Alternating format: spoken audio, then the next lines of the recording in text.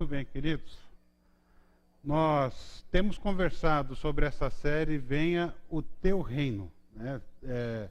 Vou apenas dar um breve resumo, porque eu estou vendo que, graças a Deus, temos bastantes visitantes, que vocês se sintam bem no nosso meio. Nós temos falado da importância, da relevância do reino de Deus sobre as nossas vidas e do fato de que Jesus não veio fazer ou não veio fundar uma religião. Ele veio fazer discípulos.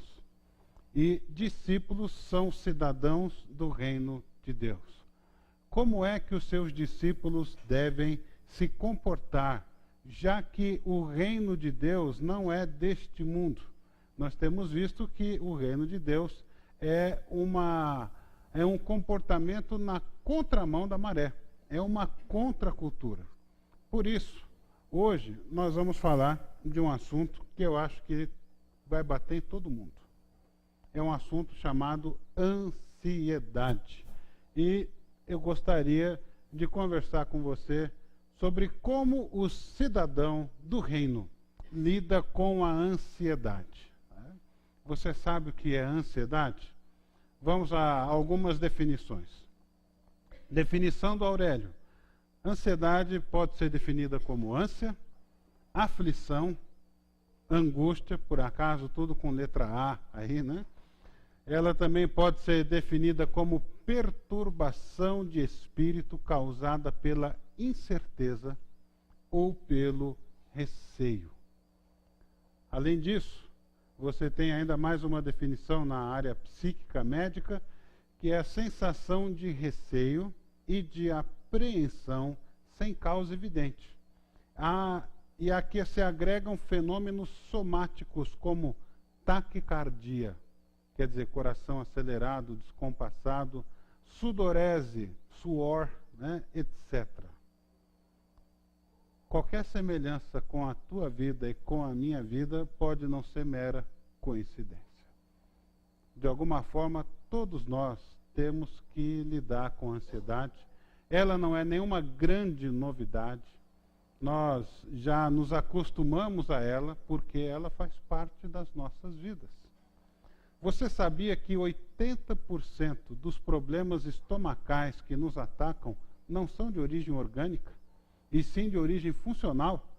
A maioria das nossas enfermidades origina-se da preocupação e do medo. 80% do problema do seu estômago, né? E se você é chinês, ele tem bastante motivo para ter problema, porque chinês come de tudo e come bastante. Mas 80% dos problemas estomacais não são diretamente ligados ao estômago. São ligados à preocupação e a medo. Você sabe que a Bíblia tem muito a dizer sobre ansiedade? E se tem algum lugar onde a gente encontra na Bíblia como os discípulos devem se comportar, esse lugar chama-se Sermão do Monte, os capítulos 5, 6 e 7 de Mateus. É um texto bastante conhecido, tão conhecido assim quanto o Salmo 23, só que o risco que a gente corre quando abre um texto conhecido é da gente não dar muita importância, não prestar atenção ao que ele diz.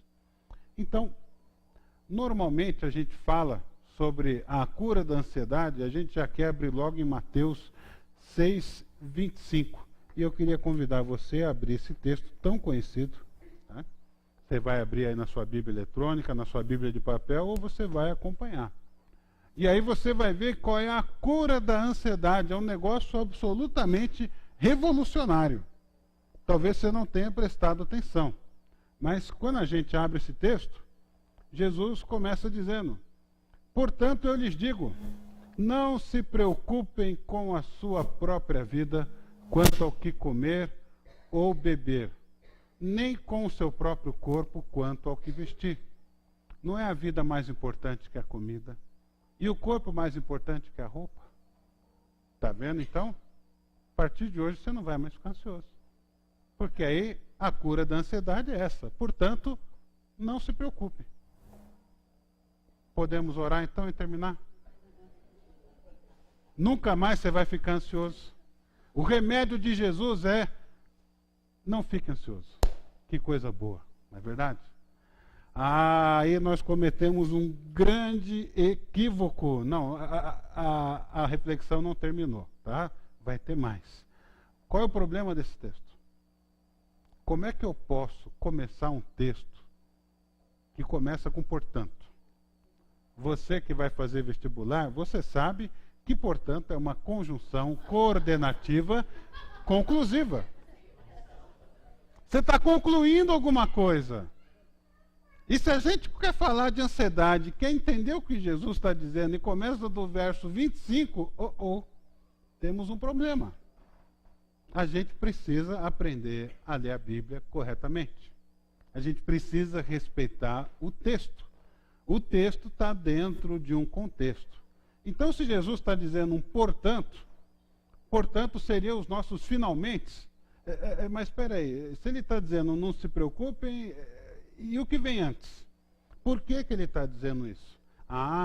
Porque o correto não é a gente ler Mateus 6, de 25 para frente. A gente precisa começar a ler lá de onde o raciocínio começa.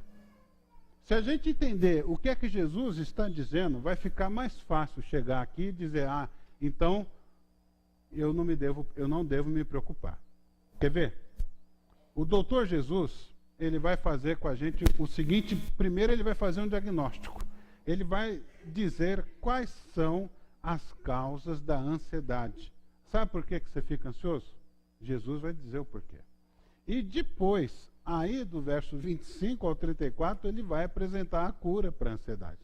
Então, antes da gente entrar no portanto, a gente precisa entrar no como, no porquê, no cuidado com algumas armadilhas que nós mesmos fazemos para a gente. E se a gente não tomar cuidado, nós vamos abrir essa porta para a ansiedade e ela vai entrar. Você sabe que a ansiedade a gente pode comparar com cadeira de balanço. Já viu uma cadeira de balanço? Ela mantém você ocupado, mas não te leva para lugar nenhum. Isso é ansiedade. Jesus vai dizer lá na frente: ninguém, por mais ansioso que esteja, consegue chegar 1 milímetro mais próximo da solução do problema. E a gente acha que a ansiedade é a solução do problema. Que se eu ficar bastante ansioso, eu vou resolver o problema. Ora, antes da gente tentar resolver o problema da ansiedade, a gente precisa saber qual é a causa.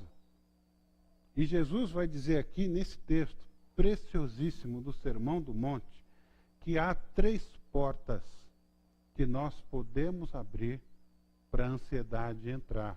Então, o que a gente tem que fazer é não abrir essa porta, fechar essa porta bem fechada, porque se a gente der uma abridinha, a ansiedade já entrou.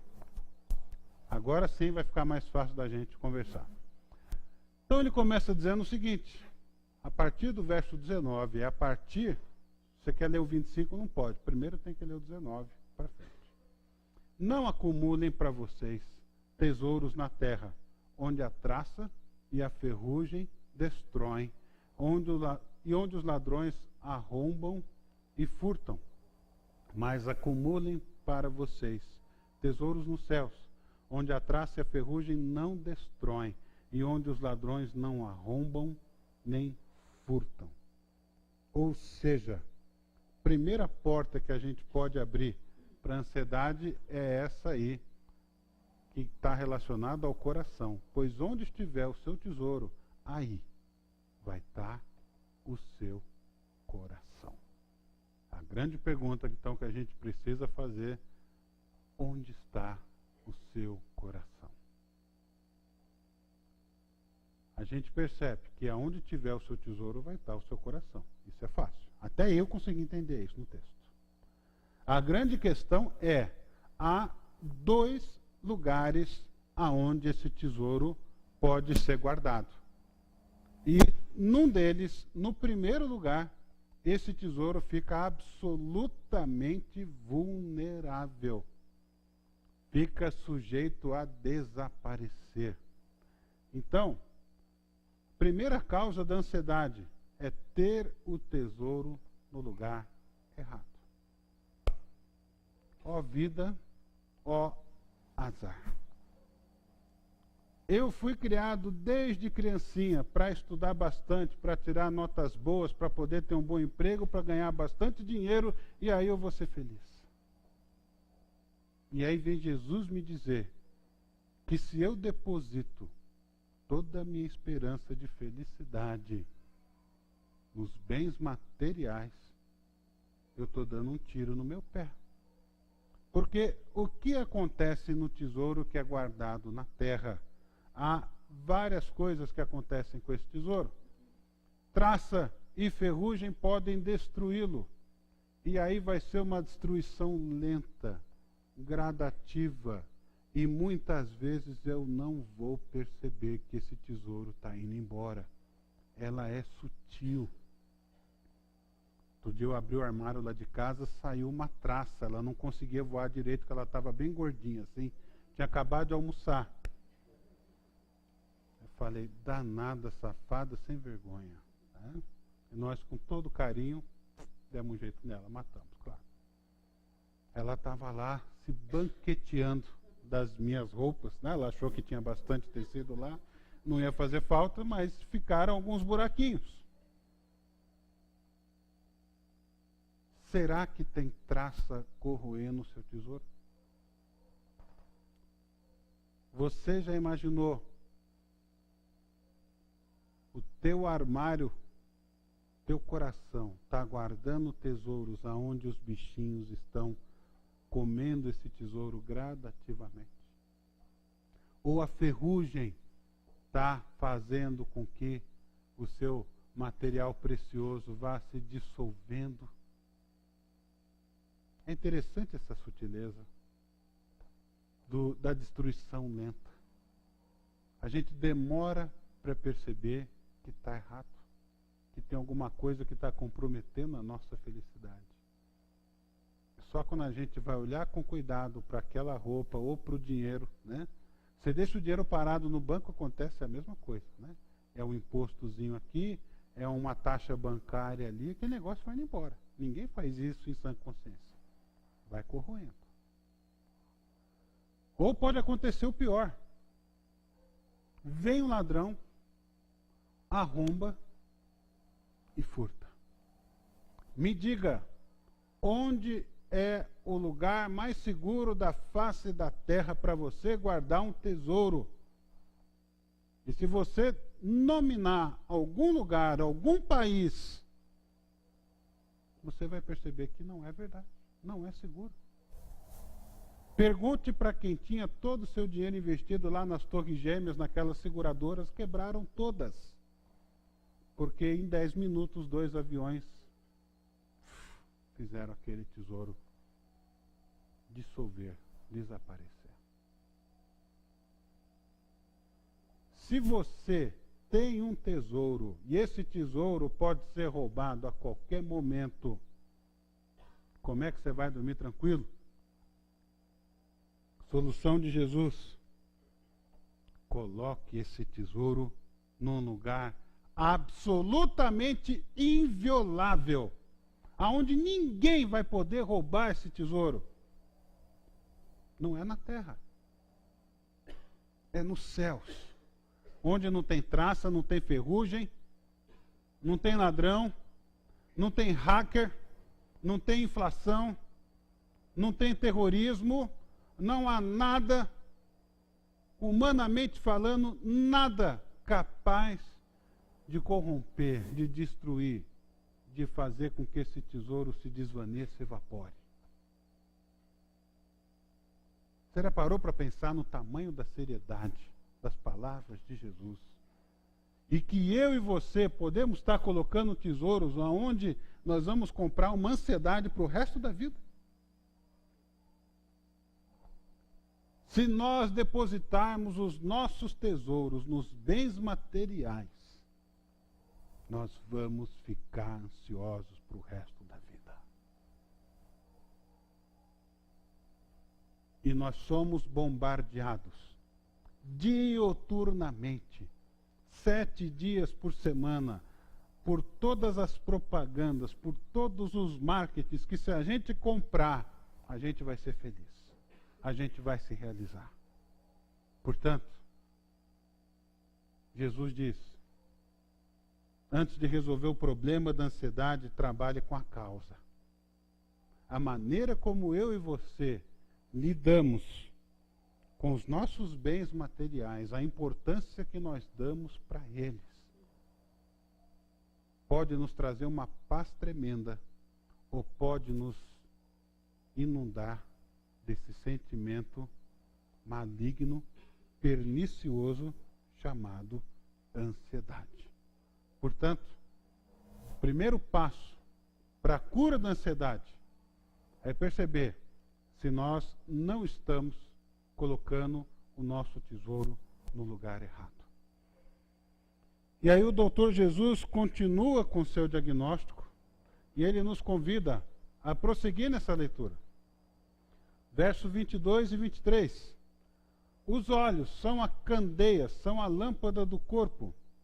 Se os seus olhos forem bons, todo o seu corpo será cheio de luz. Mas se os seus olhos forem maus, todo o seu corpo será cheio de trevas. Portanto, se a luz que está dentro de você são trevas, que tremendas trevas serão. O que podemos aprender com isso? Os olhos são as janelas do corpo. E a maneira como nós olhamos a vida vai determinar se nós vamos viver ansiosos ou se nós não vamos viver ansiosos. Se os olhos são a porta de entrada e eles determinam se eu vou ter luz dentro de mim ou se eu vou ter trevas, então eu preciso prestar muita atenção. É claro que Jesus está usando uma metáfora, porque até uma pessoa que não enxerga, ela pode ver a vida de uma forma errada. E essa segunda causa da ansiedade, ela está intimamente ligada à primeira. Porque se eu olho para a vida de uma forma incorreta, de uma forma errada, eu estou trazendo não luz, mas trevas para dentro do meu ser. E isso está intimamente ligado com o meu coração. O que é que Jesus está querendo dizer com isso? Se eu pedisse para vocês olharem para essa parede e examiná-la com cuidado, talvez alguns de vocês dissessem, eu vejo uma mancha ali, uma sujeira naquela parede. Legal. De fato, tem uma mancha ali, estou vendo daqui. Uma pequena mancha numa parede recentemente pintada. E talvez alguns poucos dissessem, puxa, temos uma parede aqui que está em pé, que está pintada. E que bênção ter um lugar como esse para nós estarmos aqui juntos. Um teto seguro. Estamos todos olhando a mesma coisa. Estamos vendo a mesma cena, mas estamos tendo interpretações completamente diferentes. E a maneira como alguns olham para a mesma coisa, por exemplo, para o dinheiro, para o sucesso, para o prazer, para a felicidade, para aquilo que vai me fazer feliz, vai determinar se eu vou ficar ansioso ou não. Portanto, eu só vou ficar livre da ansiedade se eu souber olhar para a vida de uma forma certa. E Jesus vai explicar isso mais detalhadamente em seguida. A terceira porta que eu e você podemos abrir para a ansiedade está ali no verso 24. Ninguém pode servir a dois senhores, pois odiará um e amará o outro, ou se dedicará a um e desprezará o outro. Vocês não podem servir a Deus e ao dinheiro. No original, dinheiro é uma palavra chamada mamon. Mamon é um deus, é uma divindade. que Jesus está dizendo é o seguinte: com dinheiro você não pode ter um relacionamento passivo. Richard Foster fala isso no seu livro Sexo, Dinheiro e Poder. Não sei se é exatamente a ordem dessas 3 palavras, mas ele diz que com dinheiro você não pode ter uma atitude passiva. Você tem que ter uma atitude proativa. Você tem que ter uma atitude ativa. Porque se você não dominar o dinheiro, ele já te dominou. E isso é tão sério. Mas é tão sério que você vê nos jornais as notícias de pessoas ricas, milionárias, bilionárias, pessoas que deixaram de ser bilionárias, tiveram um revés financeiro e agora só são milionárias, porque elas perderam aquilo que era mais sagrado, mais importante, a última coisa mais importante na vida delas. Elas se matam. Ele se matou por quê? Porque ele era um milionário. Ele deixou de ser um bilionário e agora ele só tem milhões de dólares, então para ele a vida não tem graça. Com dinheiro, ou a gente tem uma atitude proativa, de dizer para o dinheiro, de mostrar para o dinheiro que ele não governa a sua vida, ou ele vai te dominar. Então você já pode estar pensando, eu estou tranquilo, porque eu não tenho dinheiro, então esse problema eu não tenho. Não. Você pode ser dominado até pelo que você não tem. E muita gente é ansiosa, porque acorda pensando no dinheiro que não tem. Vai para o trabalho pensando no dinheiro que não tem. Trabalha o dia inteiro. E as suas forças vão sendo consumidas, porque a ansiedade está lá, dando tchauzinho para você toda hora. E vai dormir pensando no dinheiro que não tem. Qualquer semelhança com as nossas vidas não é mera coincidência. E aí não consegue dormir.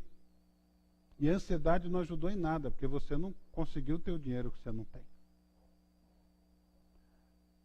Queridos, a maneira como nós lidamos com o dinheiro, ela é tão importante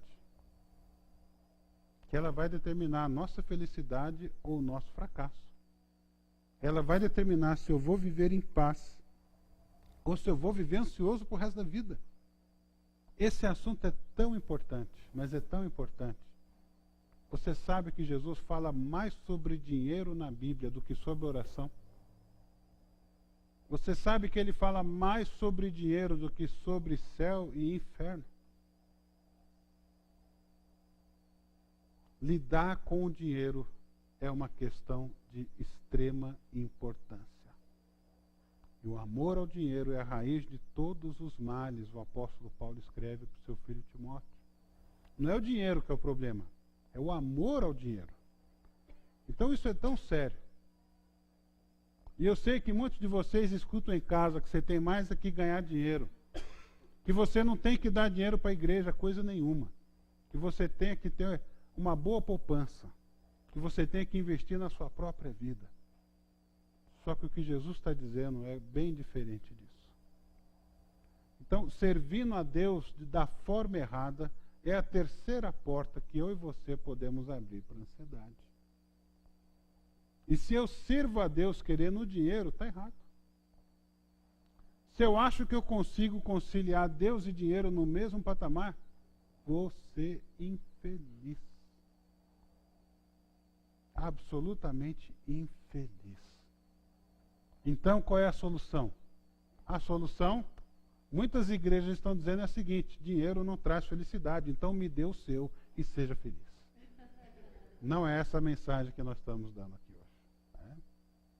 Mas se você quiser dar mesmo, né, não, também não é essa a mensagem. A mensagem é você saber lidar com o dinheiro.